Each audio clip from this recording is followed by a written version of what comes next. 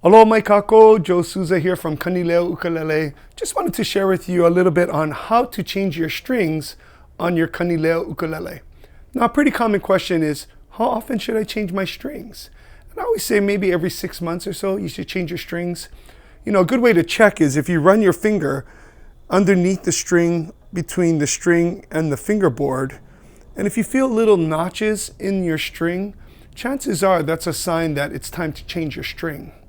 So what you're going to need in order to change your strings is a front snip, a needle nose pliers, of course some extra strings, or a new pair of strings, set of strings, a microfiber cloth, and a string winder, which really helps to move the job along. Now let's go ahead and get started.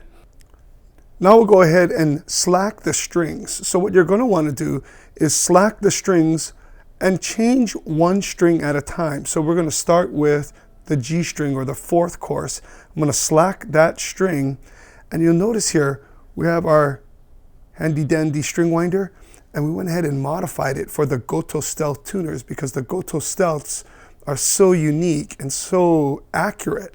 But this is going to allow us to slack the strings on the Goto Stealth tuners. So we'll go ahead and slack the strings.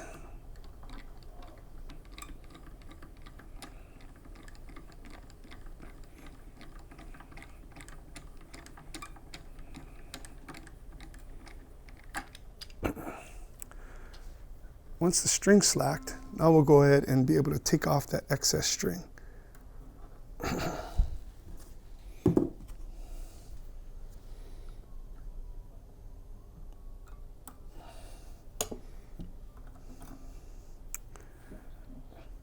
And here on the string winder, we have this little notch so that we can release the bridge pin,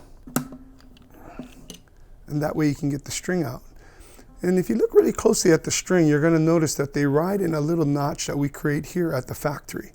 We're going to go ahead and get the string out of that notch using the bridge pin itself. So what I'll do is I'll bring the string out, put the bridge pin in, and release the knot on the bottom of the string so that can come right out. Now that we got the old string out, we'll go ahead and prepare to put the new string in. Okay, now that we got the old string out, we're going to go ahead and replace the new string in its place. And what you're going to want to do is actually tie what's called a surgeon's knot. So you're going to go one time through the loop and a second time through the loop. And what that's going to do is going to create a nice ball end at the end of the string to prevent the string from slipping by. Take a closer look at that knot. And I'm going to cinch it tight using my needle nose pliers just to make sure that it's snug. Then we want to trim the excess string off. We want to leave just about a little under 1/4 of an inch of string behind. So I'm going to snip that off, and we're going to leave that much there. Of course, we'll replace into the bridge hole the knot. We'll get the bridge pin, and we're going to make sure that that bridge and the string is riding in the slot on the bridge. Now we'll go ahead, bring the string up to the tuner, and when we feed it through the tuner, we're going to feed it once through the tuner, or the hole in the tuner. Bring the string back towards you, and we're going to feed it through a second time into the hole. And what that's going to do is it's going to cinch the string and prevent the string from coming out. Now that we got the string set, we can go ahead and bring the instrument back up to pitch. Now, as I'm winding the string, I'm actually controlling the direction of the string. And I want the excess string that's being wound onto the post to actually come towards the outside of the tuning key. So we want those extra windings on the post to come towards the mechanics, or the outside of the headstock, towards the tuner.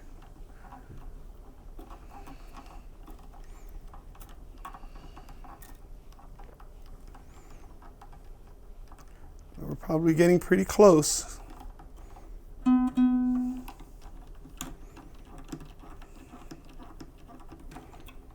And as I get really close, then usually I just come in and I'll fine tune by hand.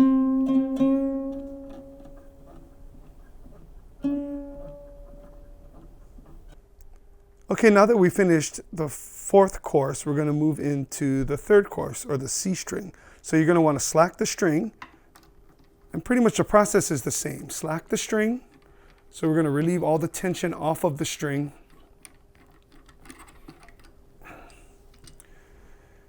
And now we're going to go ahead and release the string out of the tuner, and we'll come to the bridge pin using our little bridge pin remover. And here's the C string. We're going to just bring it back using the bridge itself, pin itself, excuse me, to release the string. And now we'll go ahead and put the new C string on.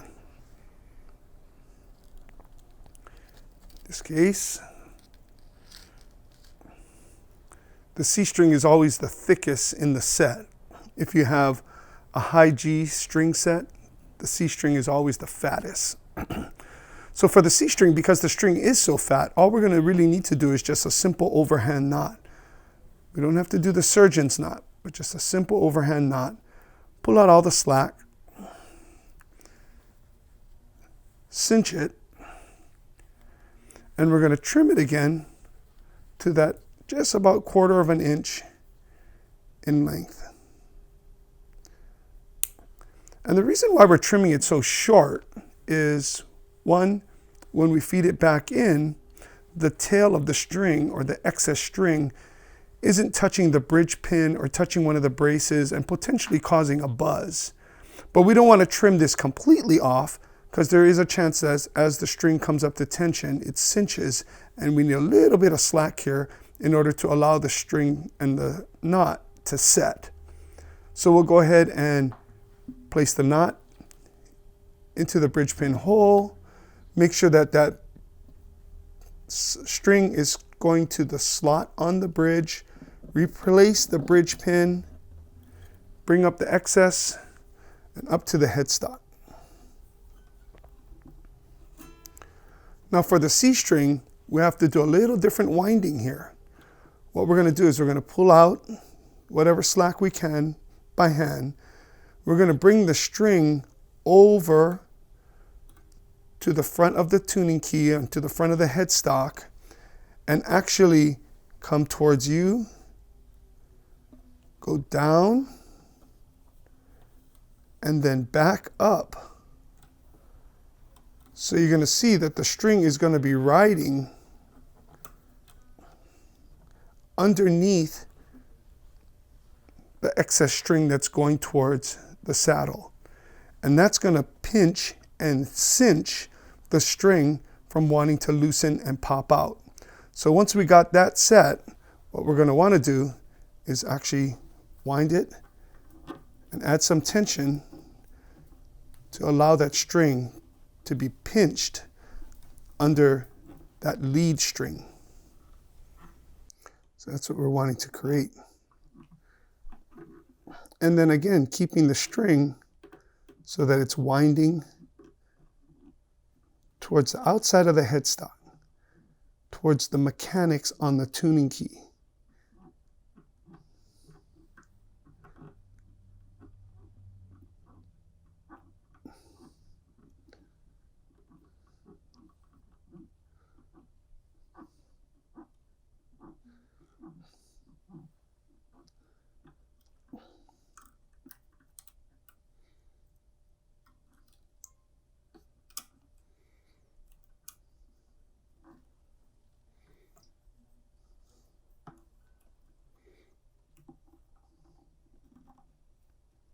Making sure that it's nice and cinched under the string. Now we'll go ahead and bring it up to tension.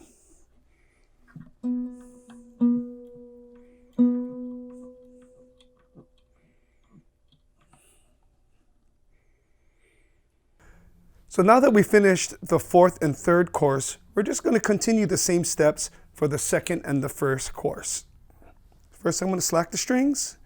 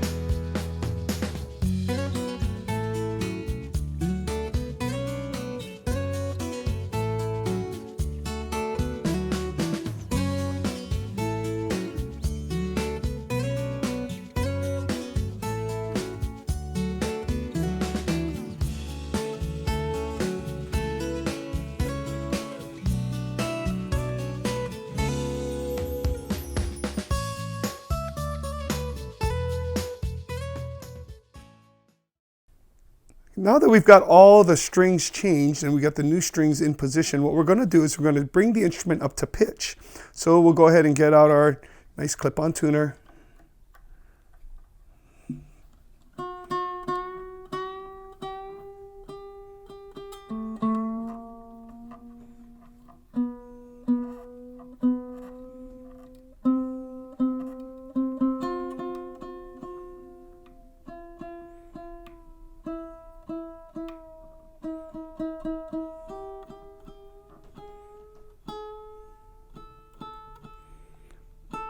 And then what I like to do is kind of pre-stretch the string a little bit. So you're going to want to grab the string at the 12th fret and pull it straight out from the fingerboard. And the reason why we're doing it right at the 12th fret, because it's putting even pressure. That's pretty much right at the center of the scale. And it's putting even pressure on both sides of the string. So I'm just pulling it out a little bit, probably maybe 3/4 of an inch to an inch off of the fingerboard. And we'll see that the string stretched a little. So there, my G is a little flat. I'm bringing it up to pitch.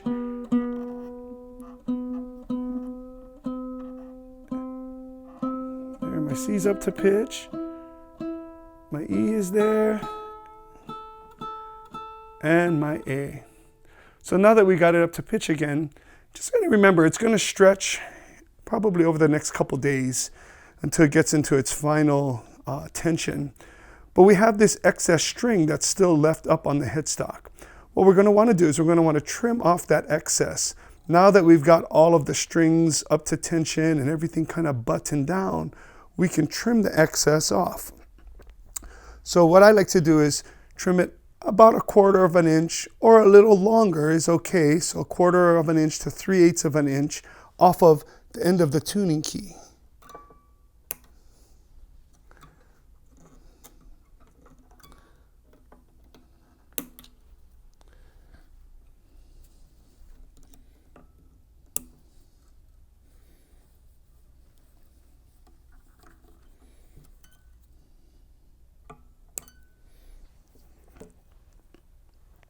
Now again, the strings are going to stretch.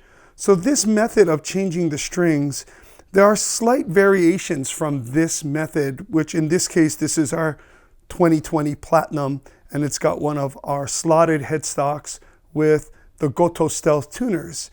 But we also have variations with a more traditional headstock and a vertical tuner, and even some bridge pin variations. So let me go over those in a moment.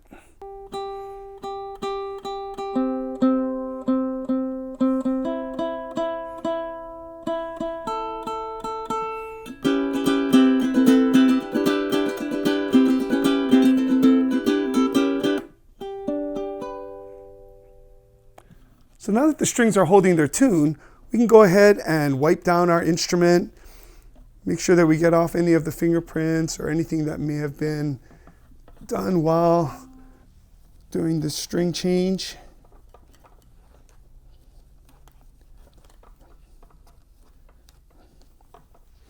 And now we're ready to go jam.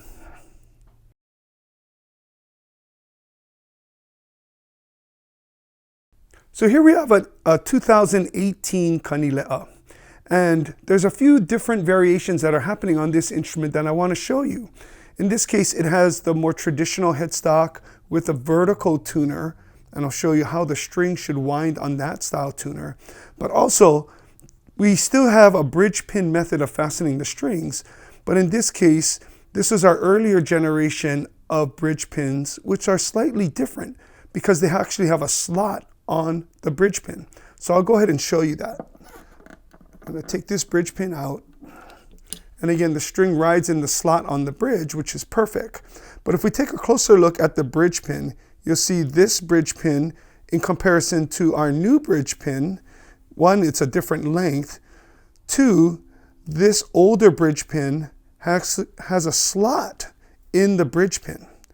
That slot is really designed for a guitar and a thicker string. But in our case, for Kanile ukulele, we're going to go ahead and not use that slot. So that slot faces back away from the string. And then, of course, our new bridge pins, starting 2019, they don't have any slot. So you're not too worried about that slot and it making your string change a bit more difficult.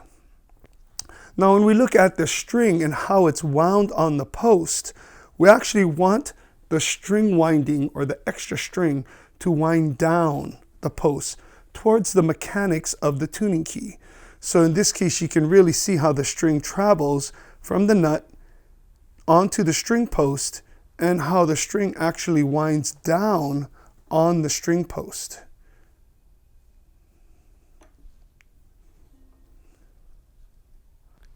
I'd like to thank everybody for tuning in and checking out how to change your strings on your Kanile ukulele. I really appreciate you taking time and watching the video. If you enjoyed the video, go ahead and like it. If you'd like to leave us a comment and let us know on other things that you'd like to see from us, go ahead and throw that in the comments. If you'd like to check out more of our other videos, check it out. If you loved our video and love to go ahead and subscribe to us, hit that subscribe button. It's great to see everyone. Aloha.